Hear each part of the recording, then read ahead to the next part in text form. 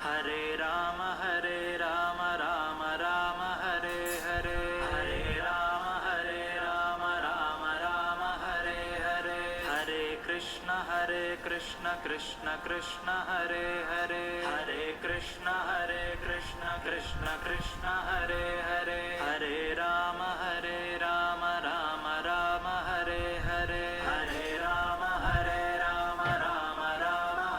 हरे, हरे भगवान का ये गुण जो है सिद्ध होते जाते हैं। भगवान जो है अनंतानंद कल्याण गुण परिपूर्ण है, ये उसका महात्म ज्ञान है। भगवान जो है सृष्टि करता है, स्थिति करता है, पालन करता है, अरे पालन करने वाला है, सृष्टि करने वाले हैं, ज्ञान देने वाले हैं, अज्ञान देने वाले हैं, बंध देने वाले हैं, मोक्ष को देने वाले हैं। इतने जो कुछ है वो सब भगवान ही से होते हैं। ये भगवान के गुण है। ये कि भगवान का गुणों का ज्ञान न हो, भगवान से हमारा संबंध नहीं जुड़ेगा, भगवान में हमारा प्रेम नहीं होगा कहते हैं। अभी देखिए कोई अगर आपसे ये कहते हैं कि देखिए वहां एक बाबा आया है, वो जो है यूं कर दिया कुछ माला निकालता है, यूं कर दिया कुछ फसल निकालता है। जब ऐसे आप सुनते हैं सब लोग भागे भागे दौड़ कर चले जाते हैं उसको देखने के लिए। क्यों? उसके बारे में आपको ज्ञान हुआ, उसका महात्मा का ज्ञान हुआ। महात्मा का ज्ञान होने से आपका उससे संबंध हो जाता है। ऐसे भगवान के महात्मा ज्ञान का ज्ञान हो जाए तो हमारा संबंध जो भगवान से जुड़ेगा। ये जीव उस समय में इच्छा करेगा और वो ऐसा भगवान है, उसका चरित्र ऐसा है, इतना में है तो उसको देखना चाहिए, उसको जान, इस प्रकार की जो है इच्छा होगी। इसीलिए भक्ति के लिए जो पहले महात्म ज्ञान पूर्वस्तु स्नेह होना चाहिए। महात्म ज्ञान होना, उसके बाद में स्नेह होना, स्नेह प्रेम, भगवान में जो हमारा प्रेम होना चाहिए। ये प्रेम कैसा होना चाहिए? सुदृढ़ सर्वतोष कहा है, यानी प्रेम जो है भगवान में दृढ़ होना चाहिए। और ये जो है सर्वतोधिक, जितने वस्तुओं में हमारा प्रेम है उन सभी वस्तुओं में जो प्रेम है उससे अनेक गुना अधिक भगवान में प्रेम होना चाहिए। इसी को जो है विस्तार से ये ग्रंथ में ऐसा कहा गया है। यानी वो ग्रंथ है श्रीमद् न्याय सुधा। वो श्रीमद् न्याय सुधा में जो है ये भक्ति का ये जो महात्म ज्ञान पूर्वस्तु सुदृढ़ सर्वतोषः स्नेहो भक्तिरिति प्रोक्तः दया मुक्तिर्न्यथा, इसी का विस्तार से कहते हैं। निर्मलिक अनंत अनवद्य कल्याण गुणत्व ज्ञान पूर्वक, ये जो है महात्म ज्ञान है। स्वस्वात्मीय समस्त वस्तुभ्यो अनेक गुणाधिका, सर्वाधिक हमारा प्रेम जो भगवान में जो प्रेम है वो सबसे बढ़कर होना चाहिए। स्वात्मीय में यानी जीव में हमें जो प्रेम है, जो स्नेह है, जीव के संबंधी बाग बगीचे बीवी बच्चे इत्यादि जो है उनमें जो हमारा प्रेम है, स्वस्वात्मीय समस्त वस्तुभ्यो सभी वस्तुओं से अनेक गुण अधिक होना चाहिए भगवान में प्रेम करने। ये जो है सर्व तो अधिक है, उसके बाद में दृढ़ होना चाहिए। ये स्नेह जो है दृढ़ होना चाहिए। इसके लिए विस्तार से कहते हैं अंतराय सहस्रेणा भी अप्रतिबद्ध प्रेम प्रवाहो भक्ति ही, हजारों जो है बाधाएं क्यों न आने दो, हमारा प्रेम का प्रवाह भगवान के प्रति जो है वो रुक नहीं जाना चाहिए।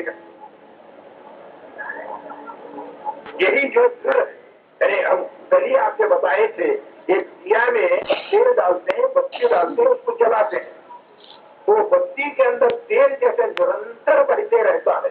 अगर तेल का बहना बंद हो जाए वो बत्ती जो बुझ जाएगी वहां पर, मगर उस बत्ती के अंदर तेल जो निरंतर बहते रहता है। उसी प्रकार से हमारा मन जो हमारा प्रेम का प्रभाव जो है भगवान के प्रति निरंतर बहते रहना चाहिए।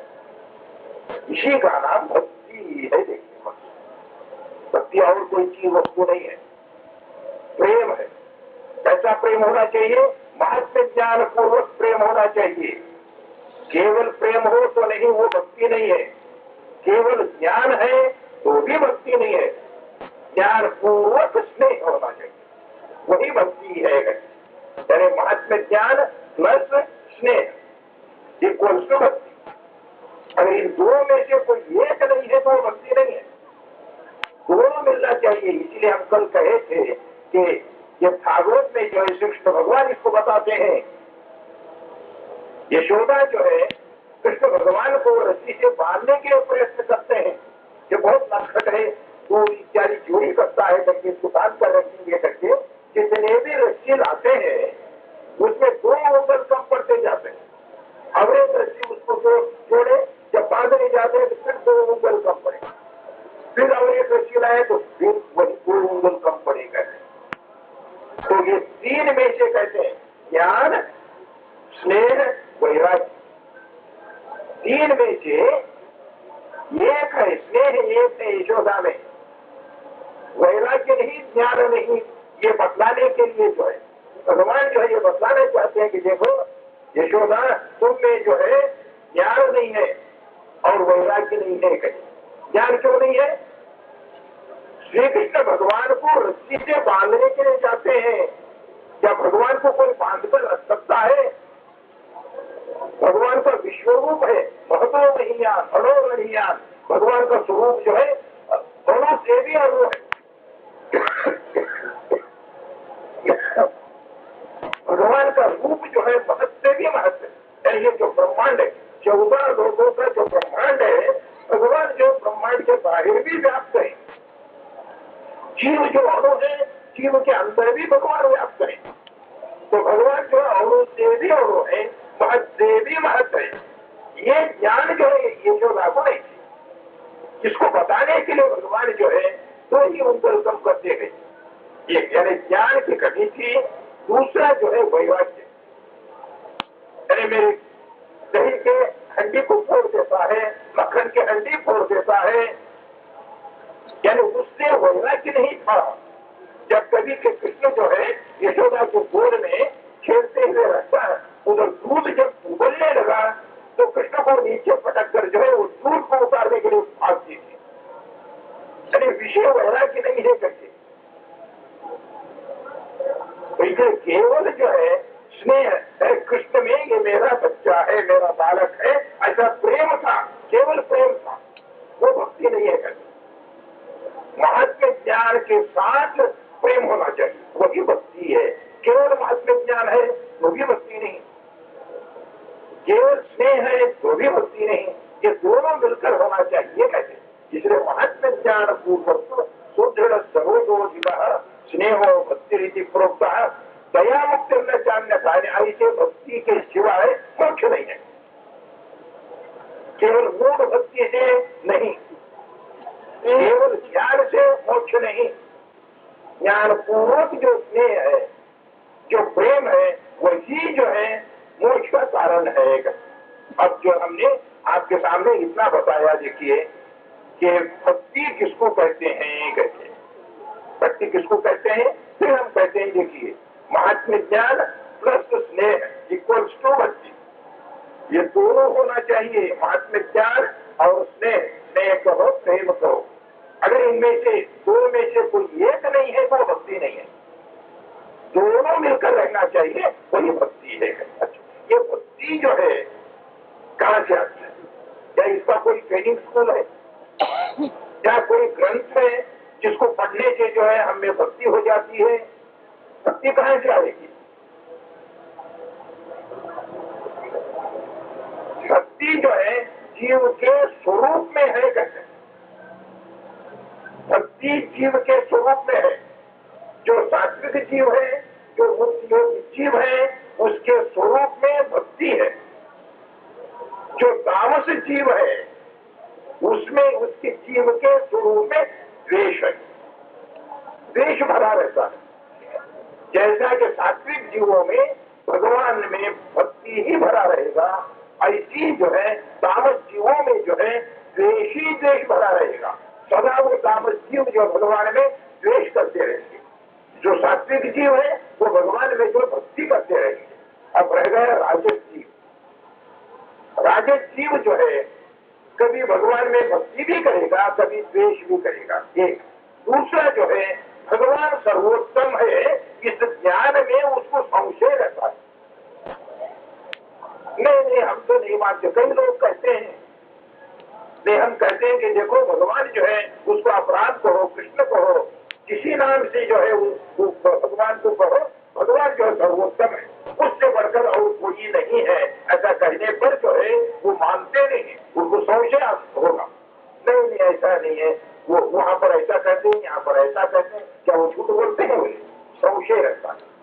ये जो है राजस्वियों की स्वरूप में है, वो स्वरूप में ही संशय रहता है।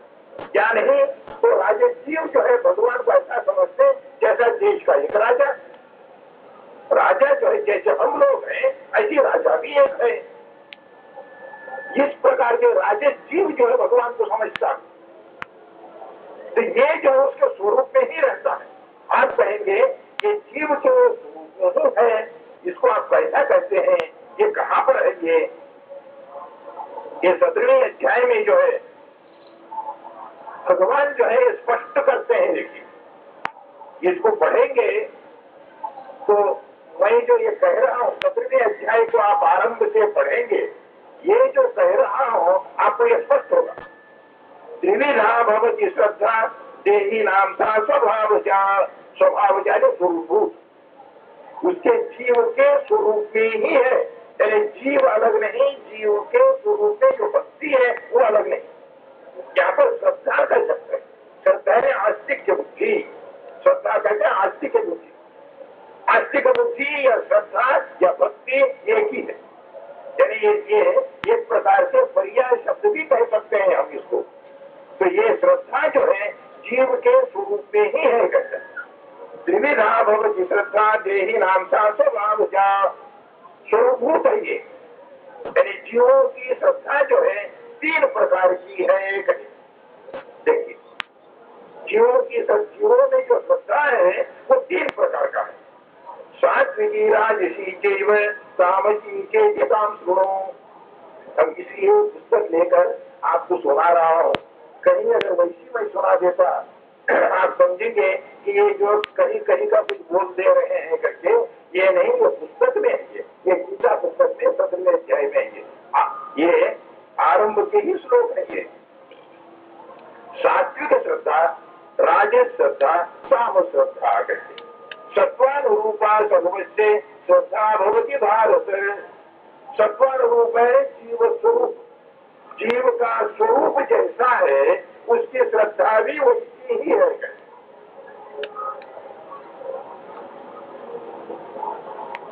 श्रद्धा मयोयम पुरुषः जो श्रद्धा सैव सः, ये जीव जो है श्रद्धामय है। जिसकी जैसी श्रद्धा है, जिसकी जो श्रद्धा है वो जीव भी वही है। यो श्रद्धा सैव सः, ये एवकार है, इसके अंदर कोई संशय नहीं है। कहते अवधारणार्थ निश्चय है, ये सैव सः वो वही है। कहते अगर उसकी श्रद्धा जो है सात्विक है, वो जीव भी सात्विक है। श्रद्धा मयोयम पुरुषः जो श्रद्धा सैव सः कहते, जो जिसकी जैसी श्रद्धा है वो जीव जो है वही है। कहते यदि उस जीव के स्वरूप में सात्विक श्रद्धा है, वो जीव भी सात्विक है। अगर उस जीव के स्वरूप में श्रद्धा जो है राजस है, तो जीव भी राजस है। और यदि उस जीव के स्वरूप श्रद्धा जो है तामस है, जीव भी तामस है। स्पष्ट है। देखिए, इसके अंदर हम कोई जो है शब्द बदल कर नहीं कह रहे हैं। इसके अंदर श्रद्धा मयोयम पुरुषः यो श्रद्धा सैव सः, जिसकी श्रद्धा जैसी है वो जीव भी वैसा ही है। तो इसमें इससे क्या सिद्ध हुआ? देखिए, श्रद्धा और भक्ति जो है जीव के स्वरूप में ही है, कहीं बाहर से आने वाली वस्तु नहीं है ये। तो आप कहेंगे जब श्रद्धा जो हमारे स्वरूप में ही है, तो इस समय में हमें भक्ति होना चाहिए भगवान में। कई लोग हम देखते हैं कि वो जो है बचपन में भक्ति नहीं, श्रद्धा नहीं, जवानी में जो है कोई भक्ति नहीं करते, पूजा पाठ नहीं करते हैं, बुढ़ापे में जो है जब मुंह के दांत नहीं होंगे, चलने फिरने नहीं आएगा, बहू बेटियां गाली देंगे, उसके बाद में जो है लड़का भी घर से निकालने को तैयार होगा, तब भगवान में श्रद्धा उत्पन्न होगी। ये श्रद्धा कहां चाहिए उस समय में? पहले जवानी में नहीं, बचपन में भी ये श्रद्धा नहीं, तो कई लोगों को बुढ़ापे में या कई लोगों को जो है बचपन में श्रद्धा होती है, जवानी में तो खत्म। ऐसे जो है हम देश अगर स्वरूप में ही है, वो श्रद्धा जो है सदा के लिए रहना चाहिए। कभी रहेगा कभी नहीं रहेगा, ये क्यों होता है? ये इसके लिए ये समाधान है कि जीव के स्वरूप पर जो है प्रकृति का आवर्त है, प्रकृति का आवर्त है जीव के स्वरूप पर, और भगवान की इच्छा रूप एक आवर्त है। दो आवर्त है कि जीव पर जो है प्रकृति का आवर्त है, एक भगवान की इच्छा रूप आवर्त है। प्रकृति का जो आवर्त है, यानी जीव के स्वरूप पर आवर्त होने से जीव स्वरूप में जो श्रद्धा है वो व्यक्त नहीं हो रहा इस समय में। जब प्रकृति का आवर्त जो है शिथिल पड़ जाएगा या वो निकल जाएगा, तो इस जीव के स्वरूप में जो भक्ति है वो व्यक्त होने लगेगा। अब जैसा कि मट्टी का ढेला है, उसके अंदर जो रत्न है मोती छुपा हुआ है, आप उस मट्टी के ढेले पर जो पानी डालते हैं, पानी डालिए, जब पहले पानी डालते हैं वो जो मट्टी के ढेले के कण जो है जकड़े हुए हैं वो शिथिल होते जाते हैं, ढील पड़ते जाते हैं। जब और जो है पानी डालते हैं, मट्टी उससे बढ़कर चला जाता है। मट्टी चले जाने के बाद में जो है उसके अंदर जो हीरा या मोती है वो चमकने लगता है। ऐसी जो है जीव के स्वरूप पर जो है प्रकृति का आवरण है, और हमारे मन में जो है जितने जो है दुष्ट विषयों को भोगने की वासना या संस्कार है, वो भी जो है उसको व्यक्त होने नहीं देता है।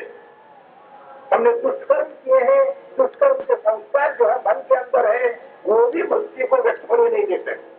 जितने जो है इस समय में प्रतिबंधक है उसके लिए, तो फिर क्या करना चाहिए इसके लिए? जैसा जब मट्टी के ढेले पर पानी डालते जाते हैं, उससे जो है वो मट्टी के कण जो एक दूसरे से पकड़े हुए हैं वो शिथिल ढीले पड़ जाते हैं, उसके बाद में वो बढ़ता चला जाएगा, तब जो है अंदर का हीरा मोती जो है चमकने लगता, व्यक्त होगा। ऐसी जो है जब हम भगवान की कथा श्रवण करते हैं, शास्त्र का श्रवण करते हैं, शास्त्र का श्रवण जो है गुरु मुख से ही करना चाहिए, अन्य नहीं।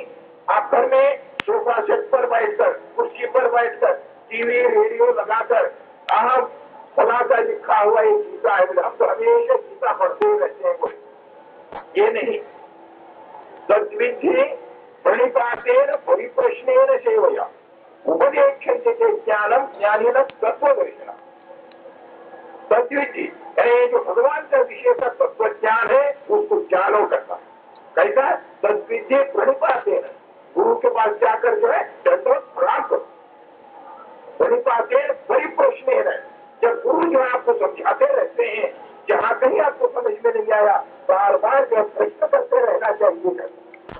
जितने आपके संशय होंगे वो संशय जो है प्रश्न करने के बाद में दूर होते जाएंगे।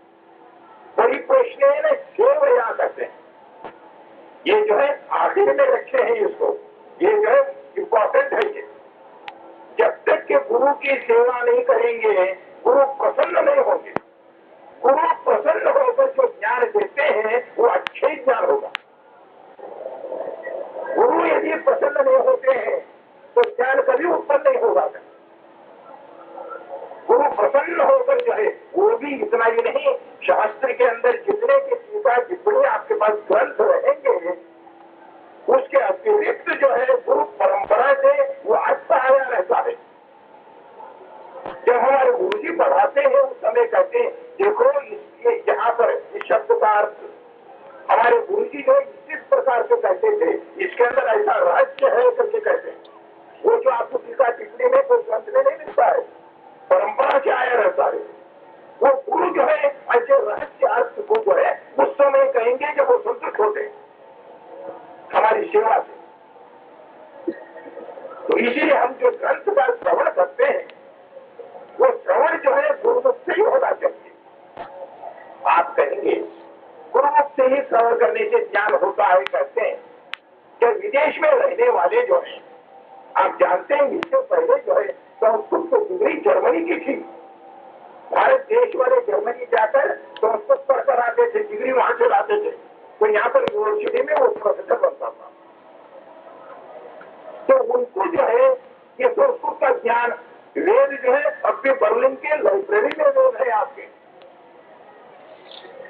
तो वो लोग जो इतना अध्ययन किए हैं, अब भी जो है मैसूर जो यूनिवर्सिटी है उसके लाइब्रेरी में वेद है, जिसके अंदर ये एरोप्लेन जो बनाते हैं उसका तांत्रिक वेद वहां पर है।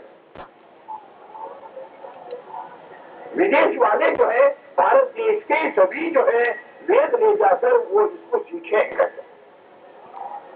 हम यहाँ पर ये कह रहे थे, जब जो आप ये कहते हैं गुरु से ही श्रवण करने से ज्ञान होता है कहते हो, तो विदेश में रहने वाले जो है केवल ग्रंथ का श्रवण करके स्वयं ही ग्रंथ को पढ़कर जो है वो ज्ञान को प्राप्त किए हैं। तो आप ऐसा करते हैं कि गुरु से ही श्रवण करना चाहिए करके, इसमें चीज है ज्ञान जो है हो सकता है। श्रवण करने से कैसा भी श्रवण करो ज्ञान होगा, मगर वो ज्ञान जो है कार्यकारी नहीं होगा कहते। उस ज्ञान से जो फल मिलना चाहिए वो फल नहीं मिलेगा। ज्ञान से क्या फल मिलना चाहिए? भगवान का साक्षात्कार, उसके बाद मोक्ष मिलना चाहिए। जो गुरुमुख से श्रवण नहीं करते हैं, घर में बैठे हुए या विदेश वाले कोई भी जो है गुरुकुल के सिस्टम से वो पढ़ते नहीं है, ज्ञान अवश्य है, अगर उस ज्ञान से उसको उनको जो है भगवान का साक्षात्कार नहीं होगा कहते। ज्ञान ज्ञान ही बनकर रह जाएगा, साक्षात्कार नहीं होगा उनको। अब इसके लिए एक लौकिक दृष्टांत देता हूं मैं आपको। ये आईएएस के लिए या कोई पोस्ट के लिए जो है एक नोटिफिकेशन निकलता है, ये जो है ऐसा बीए रहना चाहिए, कम से कम बीए रहे, ये रहे, वो रहे, ऐसा सारे कंडीशन होते हैं। उसमें से एक आदमी ने भी जो है उसमें एप्लीकेशन डाल दिया, वो इंटरव्यू में गया, तो उसको पूछे कि देखो आपने जो है बीए का सर्टिफिकेट लगाया इसके अंदर है, वो बोला कि नहीं। तो फिर आपके कंडीशन जो है सभी पूरे नहीं होते हैं, आपको तो बीए पास होना चाहिए था। तो वो कहा कंपटीशन एग्जामिनेशन में दिखाइए, मैं फर्स्ट आऊंगा बोले।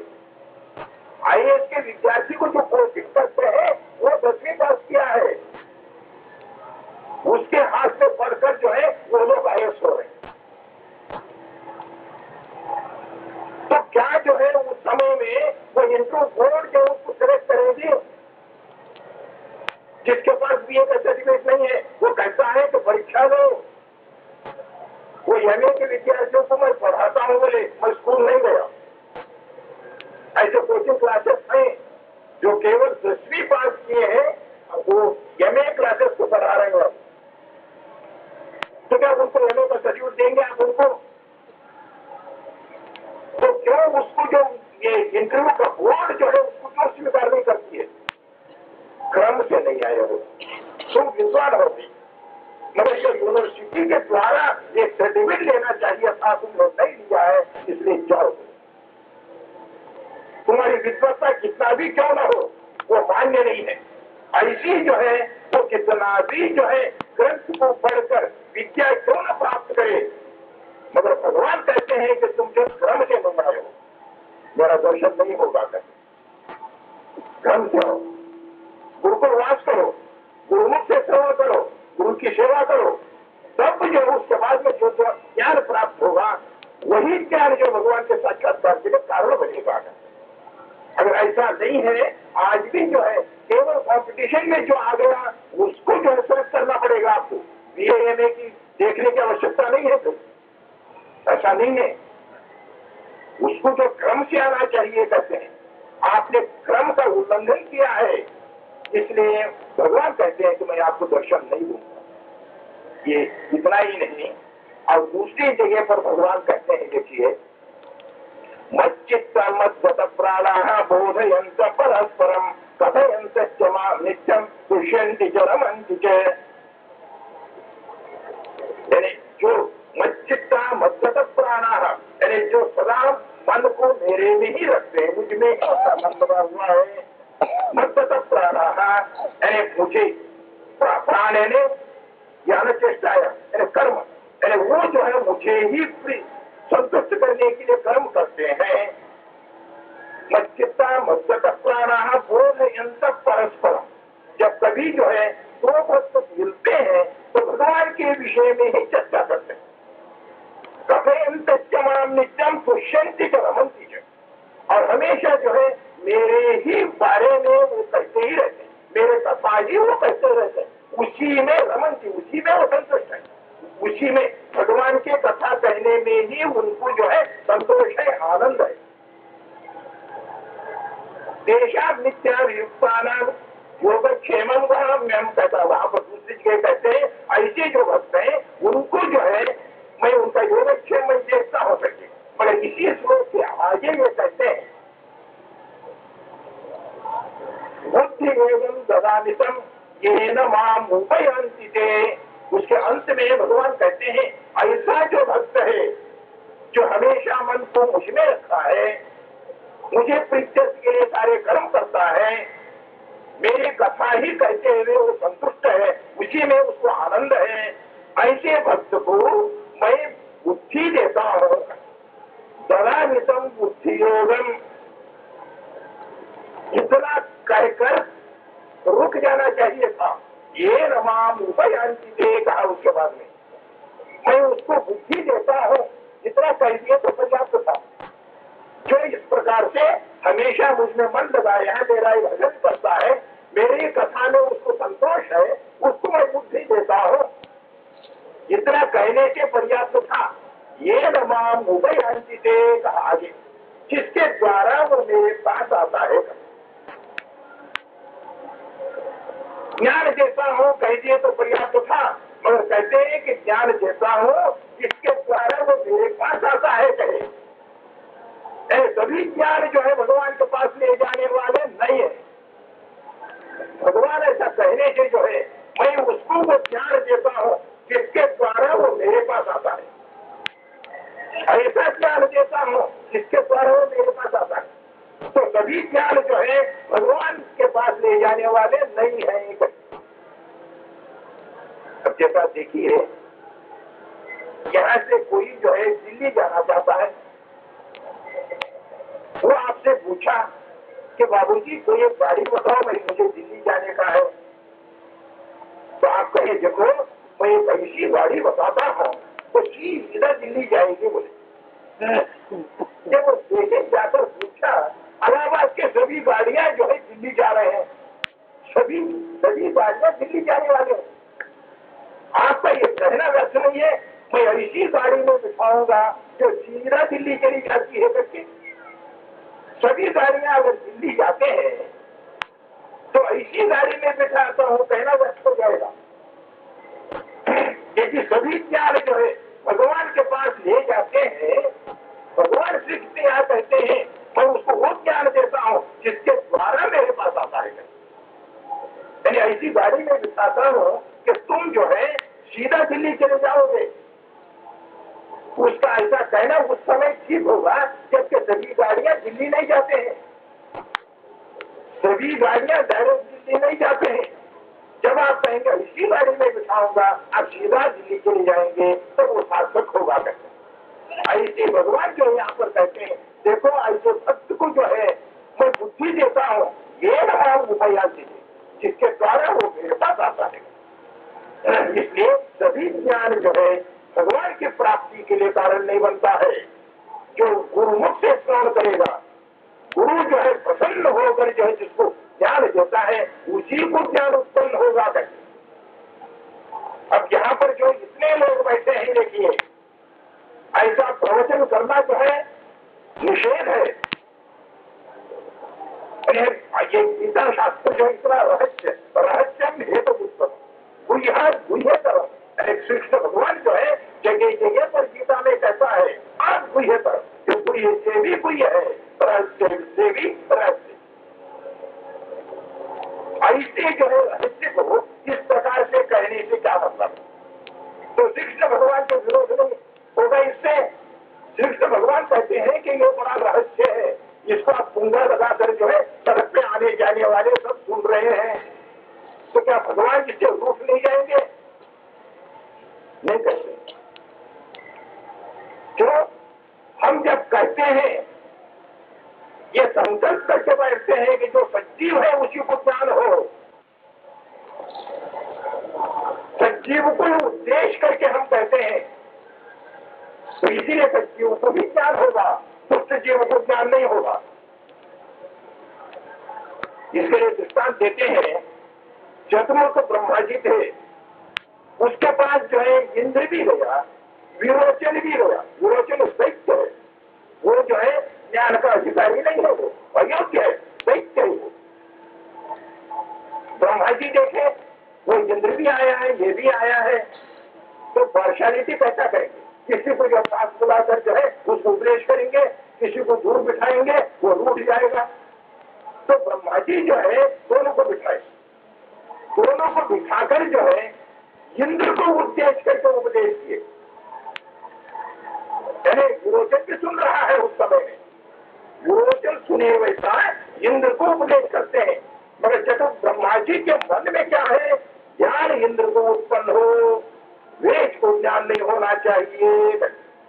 दोनों ब्रह्मा जी से उपदेश लेकर घर वापस लौटे, इंद्र को ज्ञान हुआ, विरोचन को विपरीत ज्ञान हुआ। इसलिए गुरुमुख से श्रवण करना आवश्यक है, और गुरु जो है प्रसन्न चित्त हो, अनुग्रह ज्ञान जो है नहीं है तो नहीं होगा। कोई जो बहुत बताता है आकर बैठा, चलो भाई इससे तो पैसा भी करके पंडा छुड़ाओ बोले, कौन देते हैं, मगर वो ज्ञान उत्पन्न नहीं होगा। कई लोग हैं जो हमारे पास से 12-15 साल से श्रवण कर रहे हैं, और हम भी जो है एक प्रकार से विषय, हमारा एक ही प्रकार से विषय रहता है, यानी ऐसे विषय हम किए हैं कि उसके अंदर जो सारा शास्त्रार्थ आ जाए, सारा सार उसके अंदर आ जाए, उसको जब आप जान लेंगे कोई भी सत्संग में जाकर। हरे राम राम राम हरे हरे, हरे राम राम राम हरे हरे, हरे कृष्ण कृष्ण कृष्ण हरे हरे, हरे कृष्ण कृष्ण कृष्ण हरे हरे, हरे राम राम राम हरे हरे, हरे राम राम हरे हरे, हरे कृष्ण कृष्ण कृष्ण हरे हरे, हरे कृष्ण कृष्ण कृष्ण हरे हरे।